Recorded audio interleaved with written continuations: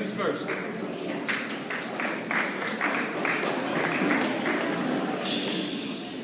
So, as you may know, today is Teacher Appreciation Day. So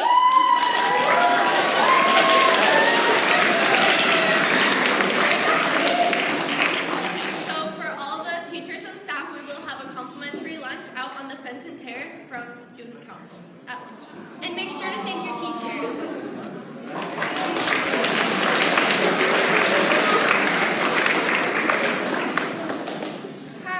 This is an announcement about yearbook for next year. Sadly, many seniors are leaving, and that is most of our yearbook staff. We have a few underclassmen who are very passionate about it, but don't necessarily have the leadership experience to lead it entirely on their own. So we're looking for other students who preferably have experience with editing and designing, but mostly who are willing to run and organize an operation and help sort of manage it. We have an application here. It's not hard. This isn't hard. Yearbook is hard. But please come see me if you'd like one, and we'll hopefully also be posting some on a board outside. Thank you.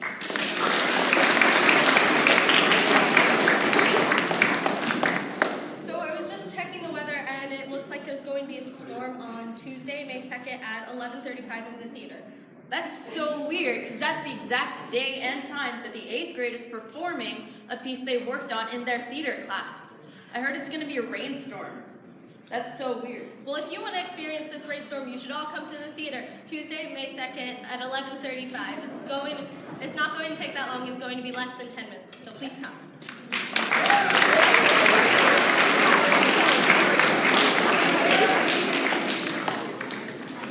So we're inviting SPCA people to come and give a presentation on SPCA missions and what kind of volunteer job they offer there. So if you love animals, dogs, cats, please come to Ms. Durkis' show next Wednesday during lunch. Yes. Yeah, also if you think you're in Key Club, or you are in Key Club, or you want to be in Key Club, there's going to be a mandatory meeting next B-Day, so you should all come.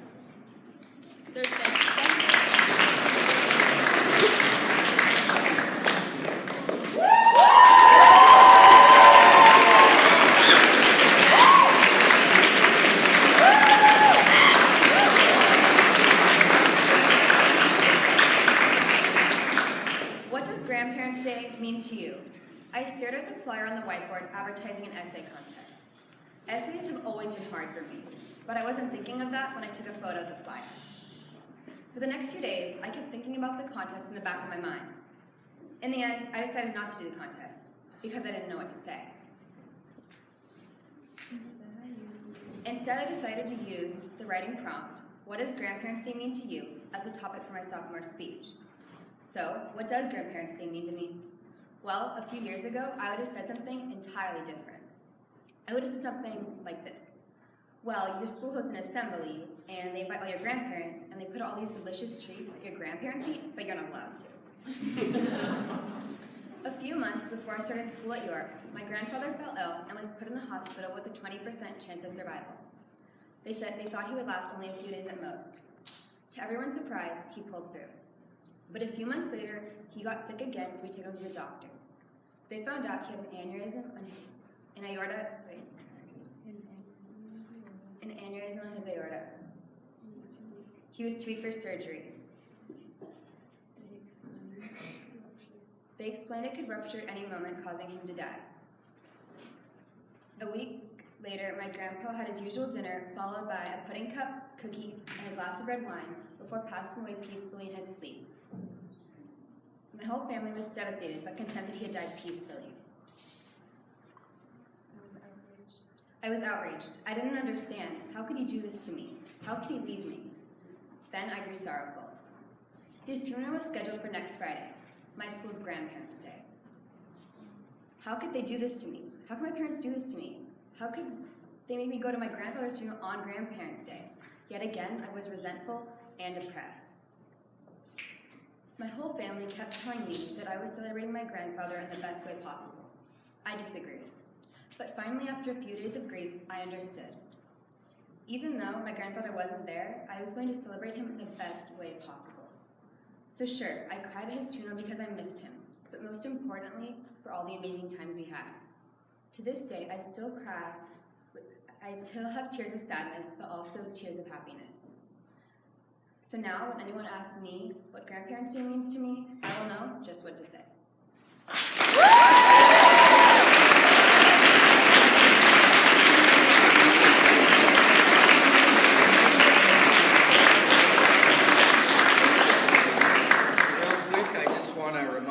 That the crows are getting smarter and smarter. I even see them flying and texting at the same time. But they are really keen on getting into your lunches. So if you bring a brown bag, they know how to tear that thing apart, and they're in it in 5 minutes, and you're not going to have a lunch. Also, it was brought to my attention that some of the work jobs aren't getting done in the classrooms. That means the recycle and the garbage and stuff like that. Yesterday I walked around and I probably found 5 classrooms where it wasn't done. But if you're not sure where to go to get bags and stuff, it's down in my shop. Thank you for helping us keep our campus clean.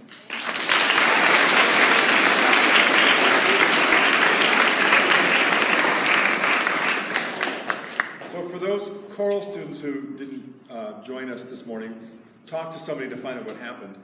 And if you wish to audition for chamber choir, would you please send me an email immediately? It's open to anyone who's been in choir for a year, as long as you're a 9th grader. 8th graders, unfortunately, cannot audition. Life's tough.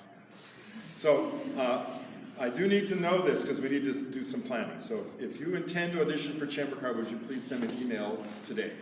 And then I'll give you information about how it's going to take place.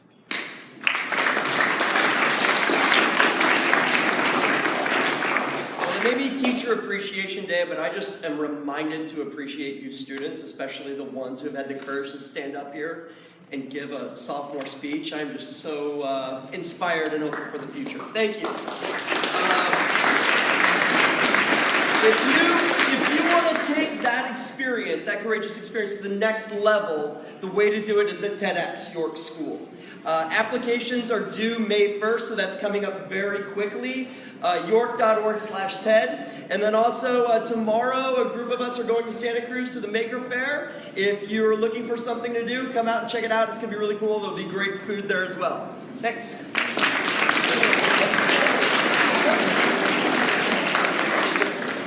Good morning. Next week, we begin the month of May, so 2 announcements related to the month of May. That means ideally you have already made your course selections for the coming year. And we know that there are some of you who are still waiting to decide, or maybe you're waiting to meet with either me or Miss Maston to help you make your decisions. Please think through this weekend when you would be able to meet with us next week. We'd like to have all the data about the courses that students would like to take for next year so that we can start planning how to best optimize the schedule so that we can provide for you all your first choice electives and so forth. Right now, I am mostly speaking to students in the 10th grade because traditionally students in the 10th grade get lost in the middle, so to speak, and you come and see us last. So if you are a current 10th grader, we are talking to you specifically. But maybe if you're in one of the other grades and you haven't yet made your course selections, you could do so next week as well. Secondly, because it's the beginning of May, we start AP exams on Monday. We just want to offer a couple reminders about AP exams. First and foremost, students have been working all year long so that they can be as successful as possible during an exam. So we want to make sure that the testing zones are quiet so that students can focus. The 3 testing centers are essentially the gym, the library computer lab, and the college counseling office for some of the exams that only have a few students. And so that means that during lunchtime in particular, or during the end of break, or a tutorial, or during work jobs, if you're in that area, please be very aware and respectful of those students who might be in one of those areas testing. It's not a time to be loud or rowdy outside the testing door, window, space, whatever it might be. We're also wishing all students sitting AP exams the best, and we know you're going to be very successful, so good luck.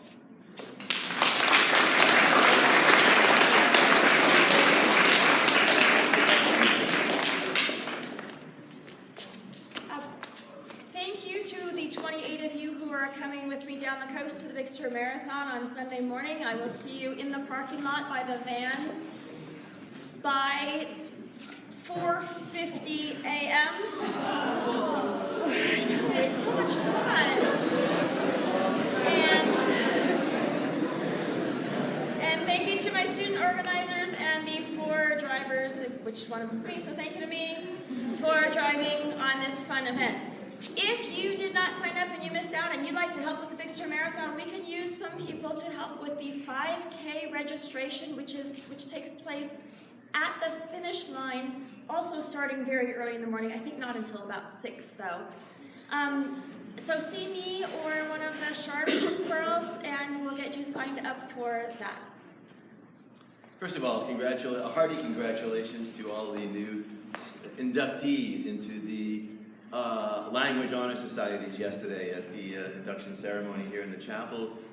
Students were inducted into the Chinese, Classical, French, and Spanish Honor Societies.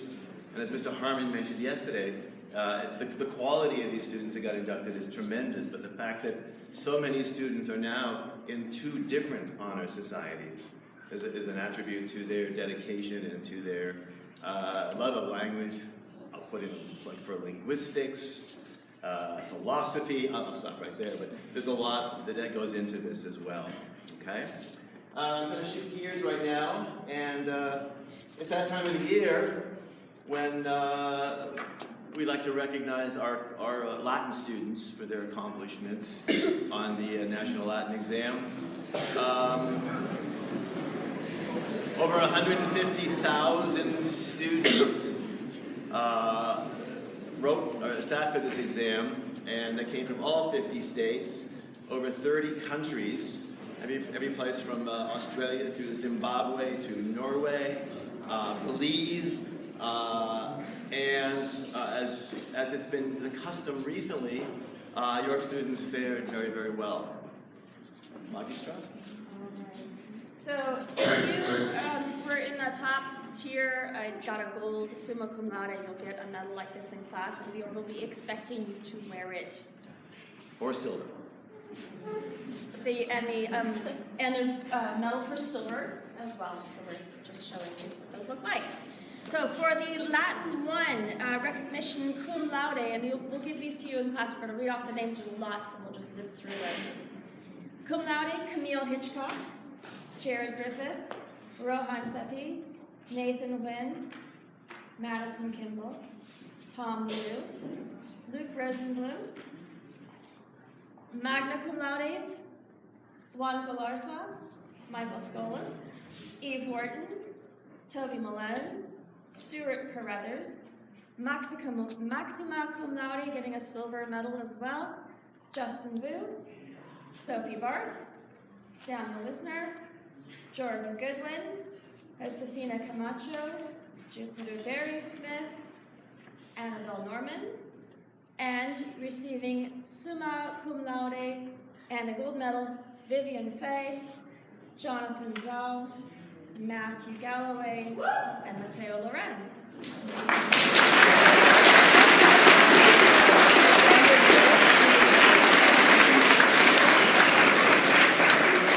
As most of you Latin students know, laude is in the ablative case with the preposition cum, so it's cum laude, right?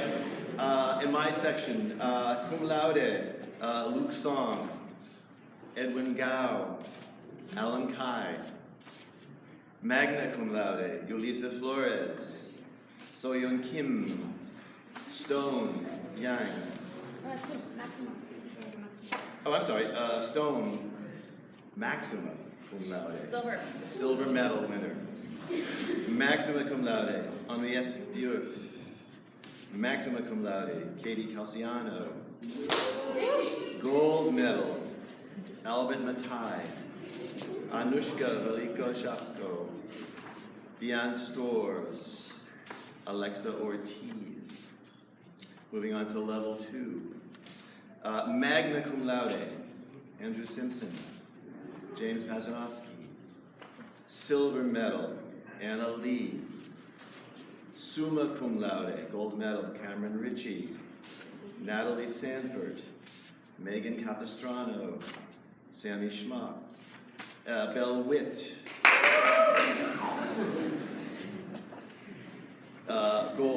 Cynthia Lee, Kaya von Berg, Cynthia Rong. Incredible.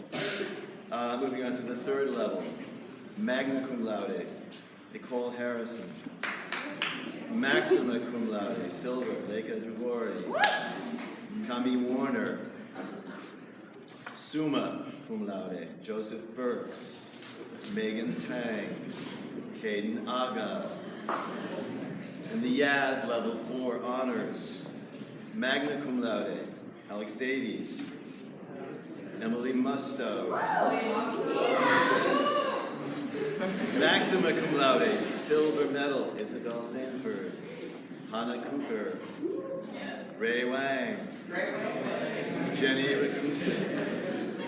Summa cum laude, eligible for a $2,000 scholarship, Ryan Griffin. Thank you all.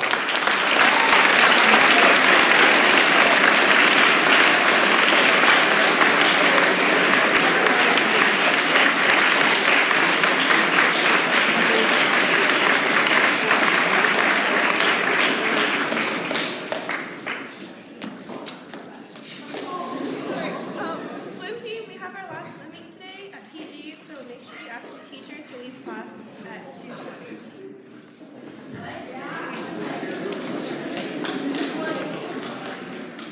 All right, teachers, staff, we have cards for all of you, so you should go look in your boxes and hopefully find one. If you don't find one there, you may not have a box. They're all in the student lounge. So, I mean, the teacher's lounge. Go to class.